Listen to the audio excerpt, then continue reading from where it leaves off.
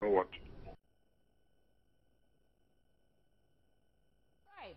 So they're serious about the ultimatum they have given government, and they've decided that by May 1, if government is not taking a second look at the minimum wage, they would face government will face the wrath of the TUC. Now let's get over the telephone now and speak to labor consultant, or I'll do that when I return. Don't go away.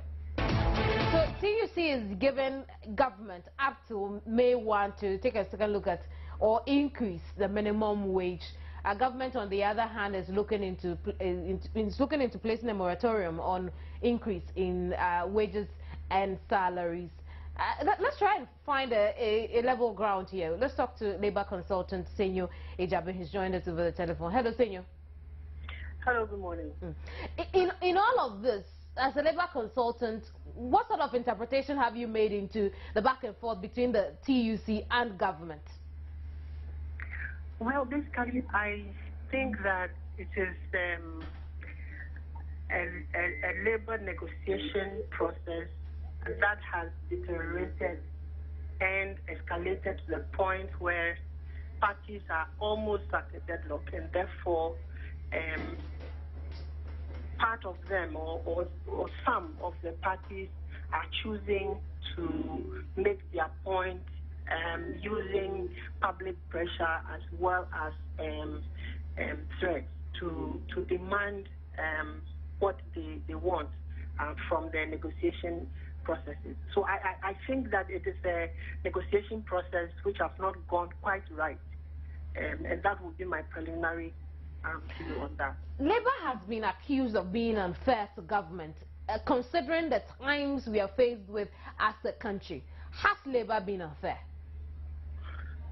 Well, at this moment, it will not be helpful for any blaming or finger pointing, and as to whether someone has been unfair or not may not necessarily be something that we should be interrogating now. I say so because that only further escalates the problem and makes resolution difficult. But let's put this in context. Negotiations between, or let me say, negotiation at the tripartite committee level between employers, government, and then the union commenced around October, and it has been going on to date. And traditionally, we know that unions often give sometimes subtle and other times very hard indications of unrest when agreements are not reached on the minimum wage before the Labor Day, that is 1st May. So what has happened is not too strange for some of us in the industry, because normally subtle indications are given when negotiations drag like this. So as to whether it's fair or not, I think that the actions of unions are often as sure as night and dawn, or dawn and dusk. And you know that when you go a particular way, a union traditionally will always come at you in a particular way. So in that context, then the issue of fairness or unfairness and so on may not necessarily be the issue to interrogate. We may have to interrogate why negotiations have dragged for 7 months without a result. And the executives and leaders of the unions, what are they to tell their constituents before the May Day when they appear on parade? That is the problem, because my analysis is that even if the union leaders give assurances to government or the general public that nothing will happen on May Day, they cannot tell what their members on the ground would decide to do on that day, what they will wear, the placards they will bring, and so on and so forth. It becomes a very murky situation where, for example, the followers will decide to forget about the word of their leaders and throw tantrums and do whatever they want to do without really being able to be managed. So it is a very murky situation that has to be dealt with almost immediately. Yeah. So, from where you sit, we'll come to how to deal with this, but from where you sit, do you see why negotiations for a new minimum wage has dragged over 7 months and still counting? I am not part. I have not been part of the tripartite negotiation, and I know that a number of issues have been tabled, very innovative, and it has been under discussion. Unfortunately, I'm not able to tell what exactly has made the negotiations drag. But if negotiations drag that way, then it means that the parties are unable to reach a consensus on the specifics of either wage increases or wage freezing or any other mechanisms of managing the wage situation as the case may be. But I'm not able to tell exactly what has made the issue drag to this level. Another argument against Labour is the fact that if Labour wants more, then Labour should be productive. Can you come again, please? I'm saying that another argument against Labour, if you like, is the fact that the question of productivity. How well is Labour within the public sector performing? And so if you want more, then you perform better. Well, we know that the public sector worker is not, we know generally that we are not getting the best out of the public sector worker. But as to the measurement of that, of their productivity, and the specifics of how much we are losing from their non-productive nature or productive nature or less productive nature, we do not know, because we've not instituted any theoretical and operational policy framework that ensures that such productivity is measured and rewarded or dealt with as such. So it is difficult now for anybody to say, for example, from the top of their head that the public sector worker is not productive, because it cannot or has not been proven. Now it is the duty of the employer, which is government under these circumstances, to put in place performance management mechanisms that will measure the productivity of the public sector worker on an individual basis and reward them or penalize them under the circumstances. So I don't think that at this point it would be fair to say that the public sector worker is not productive and so cannot demand. Meanwhile, we all know that the public sector worker is struggling under the current economic circumstances and conditions.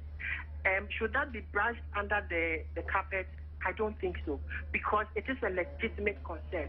And that is why both parties will have to sit within the context of all the happenings and make sure that an innovative agreement is reached. Let's look at what government should take to the table. I mean, May 1 is 3 days away from now. What should government take to the table if it has to be innovative when it comes to negotiation? I would be very frank with you. It is a difficult situation. What they can take to the table would be to see how to massage the proposal of organized labor at the tripartite level. And so this is where the tripartite committee has been called, is being called to action to find a way as a committee together of stopping this possible unrest on May Day. But what they put on the table, no one, and unless the person is a magician, can tell, because the circumstances and the dynamics of the negotiation would determine what can be put on the table. Because depending on what the circumstances are, whatever you table can escalate the whole thing or bring some form of resolution to it. So I cannot be put on the spot now, because I do not have the answer. It depends on the ingenuity and technicalities of, or the technical competence of the tripartite committee at this level. But Senor, let's look at the private sector. If you are a business owner and things are not too well, the last thing on your mind, naturally, is to increase wages of the people who work for you. Yeah. Why is it not as easy to do same with the public sector? Well, because the obvious answer to that would be budgetary constraint, because you work within budget, and you know, government is trying to reduce already deficits that are there. So you try to ensure that you work within the budget that you develop for yourself, so that you do not go beyond the budget estimate. Now, in the private sector, it is much easier because you are dealing with a small number of people within a small sectorial context. And that you can normally arrest by looking at some of the other needs of the workers or of the union without necessarily giving to them everything that they ask for. So in meeting with the union and discussing issues, you may want to tackle the most prioritized needs of the workers as a consensus moving forward. And then some agreements are made for what will be done with the other items on the negotiation table. But within the government sector, you are dealing with a very broad, you are talking about almost 600,000 workers. You are dealing with over 50 unions. And so it's difficult to really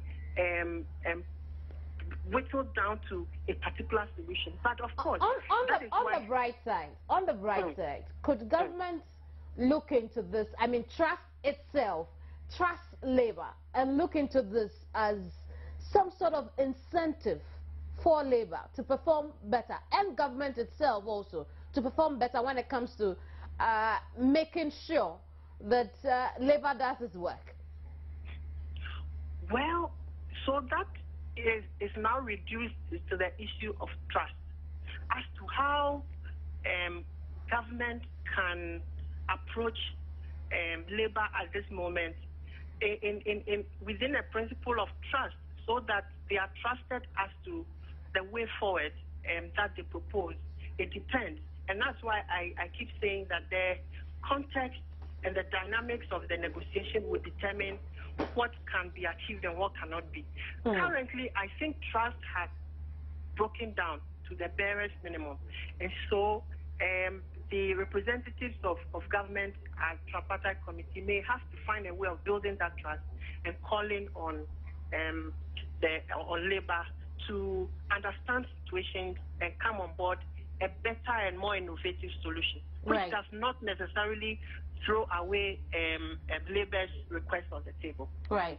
Thank you very much, Senor. Senor Jabbeh is a labor consultant. Now, the Trade Union Congress is gradually gaining public support over his demand that minimum wage be increased. The TUC wants minimum wage increased before May Day this year. Some people Joy News spoke with on the streets of Accra are also asking that productivity commensurate salaries of workers.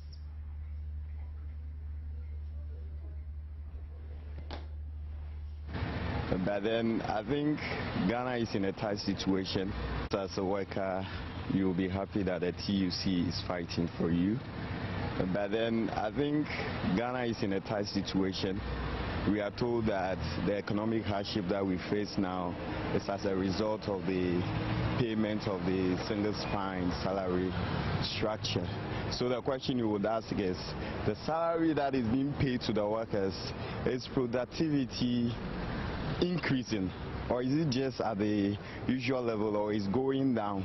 So in as much as the TUC has a right to demand an increase in the minimum wage, I also think that they should also encourage the workers to also increase productivity. You can't live in Ghana and then your maybe like monthly salary is low, because one, you pay for electricity bill, you pay for light bill, you pay for other small things, you take care of your family and then etc.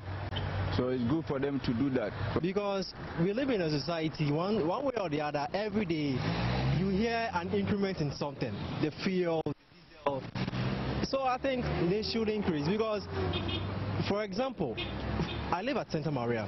From Santa Maria coming to maybe Multimedia, before it may charge about 3 Ghana cedis, but now, because of the fuel prices, it has increased to 4 Ghana cedis. And if I want to be rushed to work early, that means I need to pick a taxi or hire a taxi, which may cost double. So if I am working and I earn about 200 Ghana cedis a month, and there is increment in fuel prices, and you tell me, then my boss says, oh, because it is so, I've increased your salary to 400 Ghana cedis. Trust me, the commitment and the enthusiasm for me to come to work every day, it will be high. Those are what some other people who spoke to us